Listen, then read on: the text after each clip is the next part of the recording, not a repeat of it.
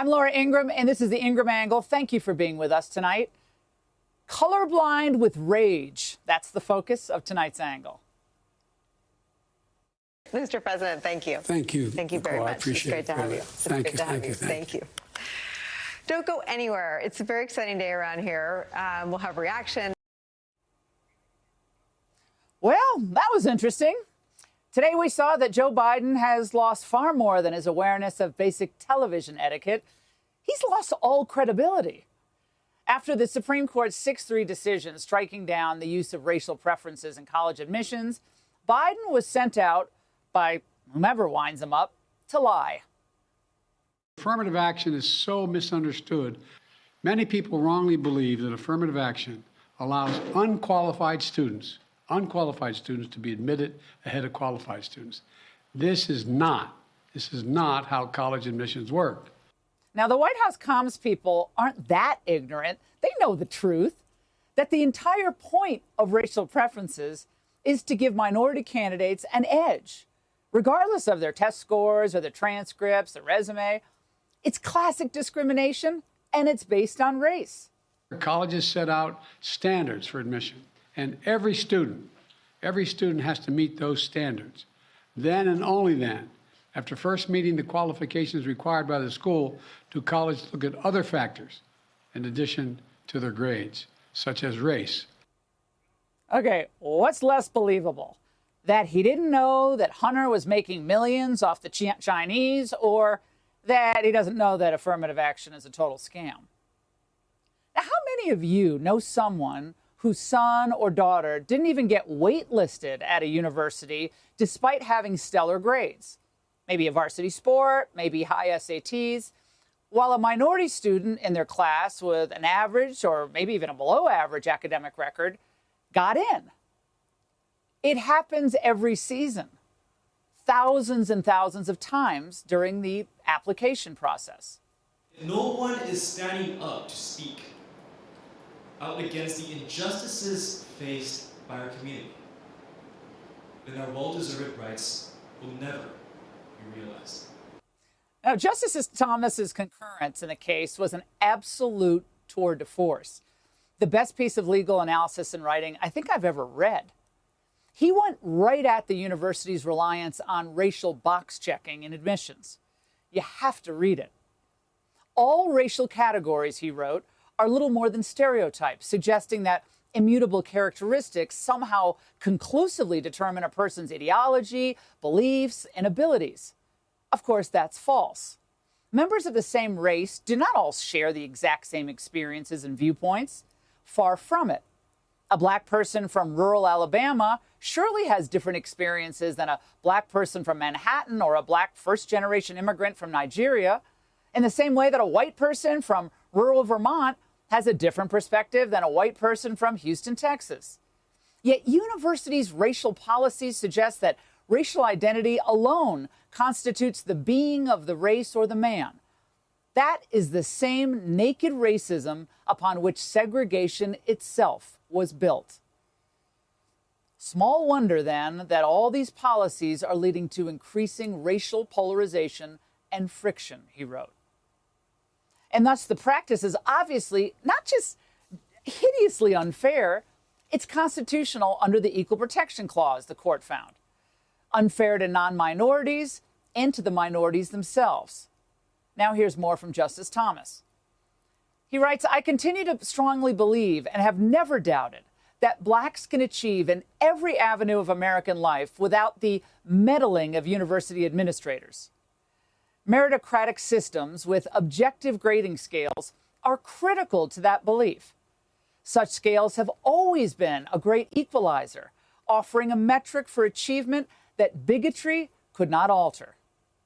Racial preferences take away this benefit, eliminating the very metric by which those who have the most to prove can clearly demonstrate their accomplishments, both to themselves and to others. He went on to discuss how historically black colleges aren't diverse at all, but have been incredibly successful at changing lives for the better and educating generation after generation of black students. Now, look, this case, truth be told, was not even a close call. And at a time when it's rare to find a strong consensus on any hot button issue, right now in America, there's overwhelming bipartisan opposition to the use of racial preferences. A new New York Times poll shows that 78% of Republicans and 72% of independents and 58% of Democrats say they oppose affirmative action at private colleges and universities. A similar finding from the annual survey by the SCOTUS poll. Look at those numbers. Wow, wow, wow. Now, certainly, most Americans will be relieved by the court's ruling today. But not everyone was happy. Just look at these faces.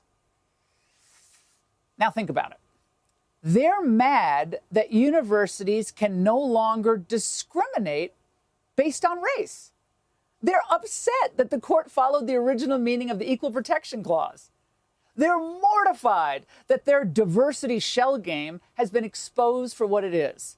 Not just unconstitutional, but grossly unfair, stigmatizing, and frankly, just patronizing. For decades, liberals leaned into the diversity charade, shaming colleges into using admissions to right past wrongs and achieve a more diverse student body. But despite all that, all those years of diversifying, their conclusion now is that America is somehow more racist than ever. But their finger pointing about racism is pointing right back at them. Because with their reactions today, we're reminded that they're the most racist and intolerant bunch out there. And I'm telling you, they will not give up. They never give up easy. In fact, Biden's not sure that the court's decision is even the end of the issue. We cannot let this decision be the last word. I want to emphasize, we cannot let this decision be the last word. Can't let it, no. Now, what happened to reviving faith in our government, Joe, and our democracy, Mr. President? Wasn't that the whole shtick that you pulled in 2021? But is the court now not part of all that? It's not part of the democratic process? Last time I checked, it was one of the three branches of government. The Angle suspects that many colleges will try some clever moves to try to get around this ruling, or maybe even try to ignore it altogether. Remember, they only respect judicial decisions they agree with, maybe like the gay marriage case or the state voting rules cases handed down earlier this week. As for the Constitution, a lot of those same radicals believe it's a document that was written by a bunch of old dead white guys, so its words need to be kind of like silly putty. You can just flex them and stretch them as much as you want to fit any situation. And if the court doesn't rule accordingly, well, it's just illegitimate. The majority decided that race can only be solved by ignoring what is so evident in every aspect of our lives. The ethics and the scandals, that hangs over the court, as well as the larger legitimacy question. I fear what will happen and will there be many lawyers who look like Charles and I in the future, or doctors or accountants. It is a problem, and it's not preferential treatment. Now, they can fume all they want. But as one of the main forces behind the case, Edward Blum remarked today, this opinion marks the beginning of the restoration of the colorblind legal covenant that binds together all multiracial and our multi-ethnic nation. But not according to the deeply negative view of America from the court's newest and arguably the most activist justice. Ketanji Brown Jackson, well, despite recusing herself from hearing Harvard's companion case, she decided to chime in on the NC State decision, coming darn close to personally attacking Justice Clarence Thomas, who wrote, as I said, that powerful concurrence. Jackson accused him of having, quote, an obsession with race consciousness. And also this. She wrote, the takeaway is that those who demand no one think about race, a classic pink elephant paradox, refuse to see, much less solve for, the elephant in the room, the race-linked disparities that continue to impede achievement of our our nation's great potential. Our country, she writes, has never been colorblind. Justice Clarence Thomas, again, in that barn burner of a concurrence, wrote a devastating rebuke to follow Justice Jackson. As she sees things, We are all inexorably trapped in a fundamentally racist society, with the original sin of slavery and the historical subjugation of Black Americans still determining our lives today. Worse still, Justice Jackson uses her broad observations about statistical relationships between race and select measures of health, wealth, and well-being to label all Blacks as victims. Her desire to do so is unfathomable to me. Are Americans to be perpetually divided by race?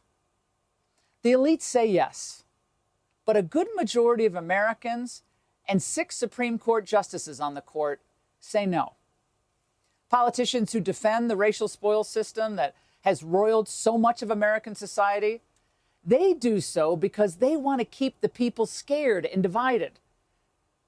After decades of Democrats in charge and their fake appeals for racial healing, what's happened to urban America? It's worse. It's worse off, not better off. Healing, real healing, comes when all Americans are treated equally without regard to race. The left fears what we're building, a multiracial, multi-ethnic coalition that believes in helping American workers and upholding our Constitution. And that's the angle. Hey, Sean Hannity here. Hey, click here to subscribe to Fox News YouTube page and catch our hottest interviews and most compelling analysis. You will not get it anywhere else.